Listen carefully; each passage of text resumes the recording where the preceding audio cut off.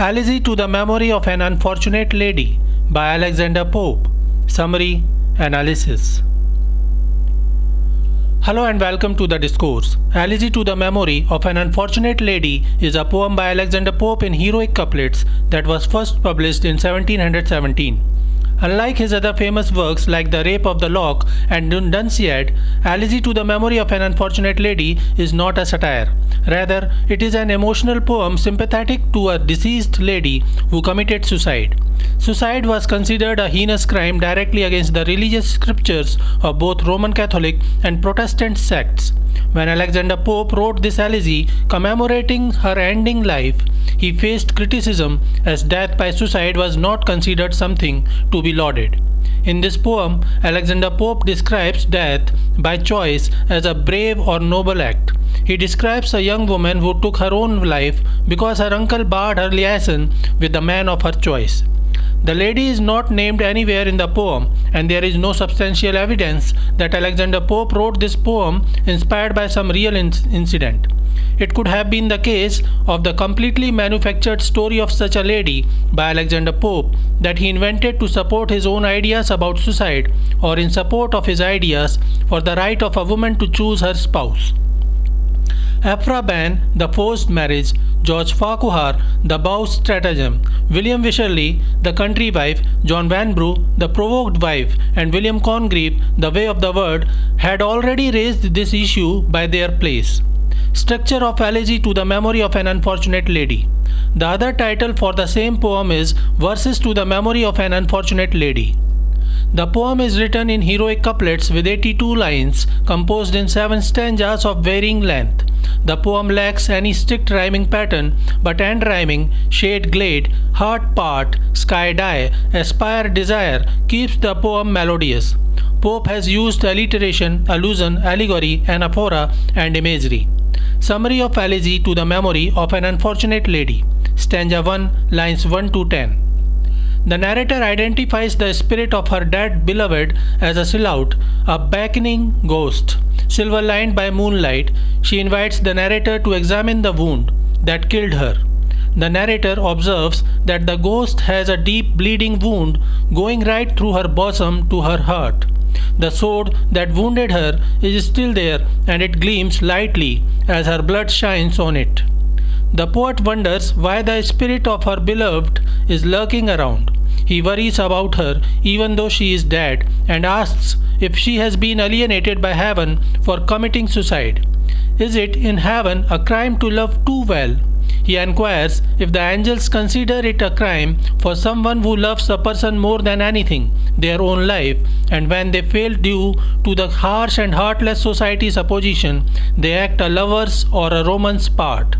Christian scriptures claim suicide is a crime against God. However, the Romans didn't consider it a crime or immoral in certain conditions. Rather, the pagan considered it a brave way to ascertain one's liberty, honor, and prestige.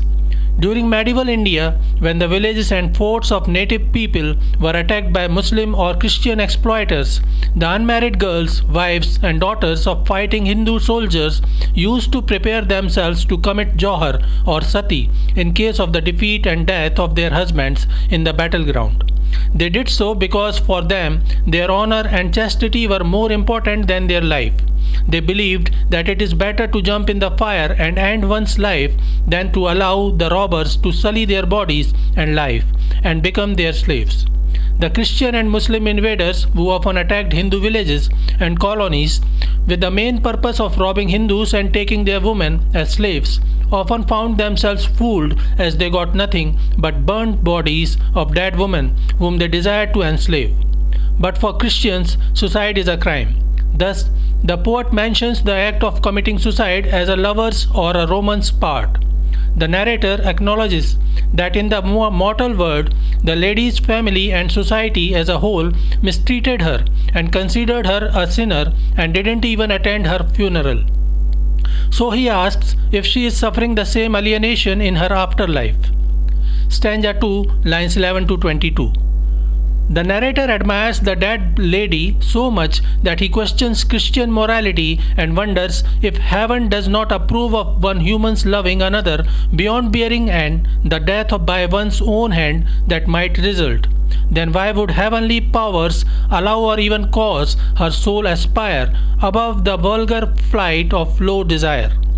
Pope blames the Almighty for the folly of love that ends in death. He says that if it is a sin for someone to love another person so much to die for them, then why does God inspire them to love someone to such a great height? He uses biblical allegory and mentions that God made man in his own image. But then the angels produce ambition for love in their heart. The narrator says that love first sprung as the glorious fault of angels and gods.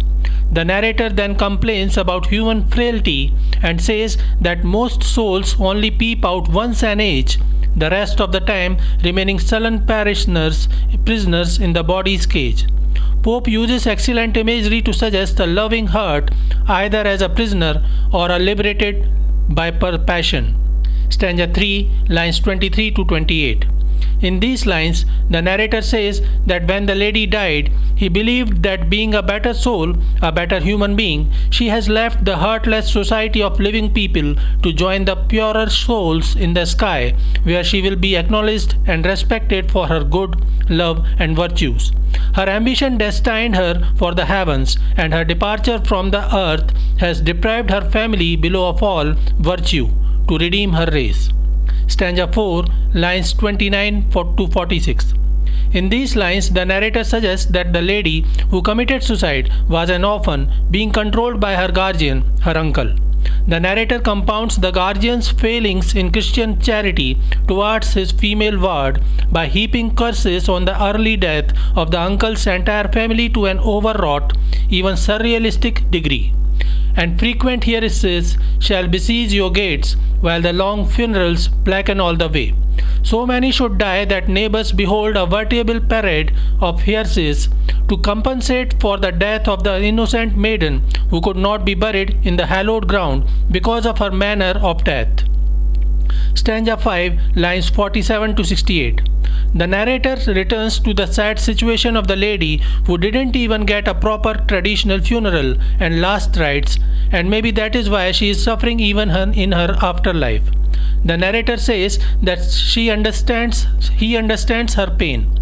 By foreign hands thy dying eyes were closed, by foreign hands thy decent limbs composed, by foreign hands thy humble grave adorned, by strangers honored and by strangers mourned. Pope used anaphora to explain the dire situation of the lady in lines 51 to 54. The narrator mentions that strangers buried her in an unhallowed grave without Christian burial rites because of her suicide. But nature restored beauty and sacredness to her unmarked grave site, where angels overshadowed the ground, now sacred by thy relinquished maid. Stanza 6, lines 69 to 74. In these lines, the narrator says that despite all the wrongs she faced, the lady must now attain the peace and comfort that she deserves. Once she had wealth, beauty, titles, and fame, but now she resides under a grave without a stone. The narrator says that she is now mere dust, as all the proud shall be. Stanza 7, lines 75 to 82. In the last stanza, the narrator offers a lesson of mortality to himself.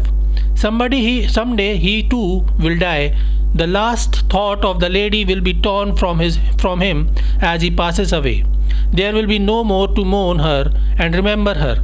He mourns that after his death he will no longer be able to mourn his beloved. Life's idle business at one gasp be over. The muse forgot, and thou beloved no more. So this is it for today. We will continue to discuss the history of English literature. Please stay connected with the discourse. Thanks and regards.